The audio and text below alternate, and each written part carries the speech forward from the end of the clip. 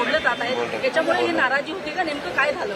नाही, आज मुख्यमंत्री महोदयांच्या बरोबर आमची चर्चा झाली, बैठक झाली आणि त्या बैठकीमध्ये महायुती मजबूत झाली पाहिजे, महायुतीमध्ये कुठेही मतभेद होता कामा नये, महायुतीला कुठेही गालबोट लागू नये आणि म्हणून आम्ही महायुतीने लोकसभा लढलो, महायुतीने विधानसभा लढलो, महायुतीने आपण विधानसभा लँडस्लाईड विक्ट्री यश प्राप्त केलेलं आहे आणि त्यामुळे कुठेही वातावरण या स्थानिक स्वराज्य संस्थांमध्ये बिघडू नये, खराब होऊ नये अशा प्रकारची भूमिका मुख्यमंत्री महोदय आणि माझी दोघांची आहे आणि त्यामुळे यामध्ये मुख्यमंत्री महोदयांनी देखील सांगितलेलं आहे की आता जे इंटरनल जे प्रवेश आहेत, शिवसेना भाजप, भाजप शिवसेना किंवा महायुती, हे कुठल्याही परिस्थितीमध्ये घेतले जाऊ नये.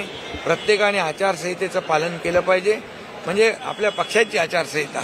आणि त्यामुळे मी देखील आमच्या सर्व पदाधिकारी कार्यकर्त्यांना सूचना दिलेल्या आहेत आणि मुख्यमंत्री महोदय स्वतः त्यांच्या देखील कार्यकर्त्यांना आणि त्यांच्या पदाधिकाऱ्यांना अतिशय सक्त सूचना देतील आणि महायुती कुठेही महायुतीमध्ये मिठाचा खडा नाही, गालबोट लागणार नाही आणि मतभेद होणार नाही याची काळजी घ्या. अनमोल बिश्नोई प्रकरणात बाबा सिद्दीकी प्रकरणातील आरोपी अनमोल बिश्नोईला भारतात आणलं जात आहे. मुख्यमंत्री आणि आमची चर्चा झाली. बाबा सिद्दीकी प्रकरणातील व्यवस्थित चर्चा झाली. बाबा सिद्दीकी प्रकरणातील आरोपी अनमोल बिश्नोईला भारतात आणलं जात आहे. कसं पाहता? प्रत्यारोप मोठं आहे. खरं म्हणजे बाबा सिद्दीकी आपले लोकप्रतिनिधी होते आणि ही त्यांची खरं म्हणजे एक दुर्दैवी घटना घडलेली आहे, दुःखद घटना घडलेली आहे आणि म्हणून जी काही हत्या, पोलीस त्याचा तपास करतायत, गृह विभाग तपास करतायत, मुख्यमंत्री महोदय स्वतः त्यामध्ये लक्ष घालून आहे.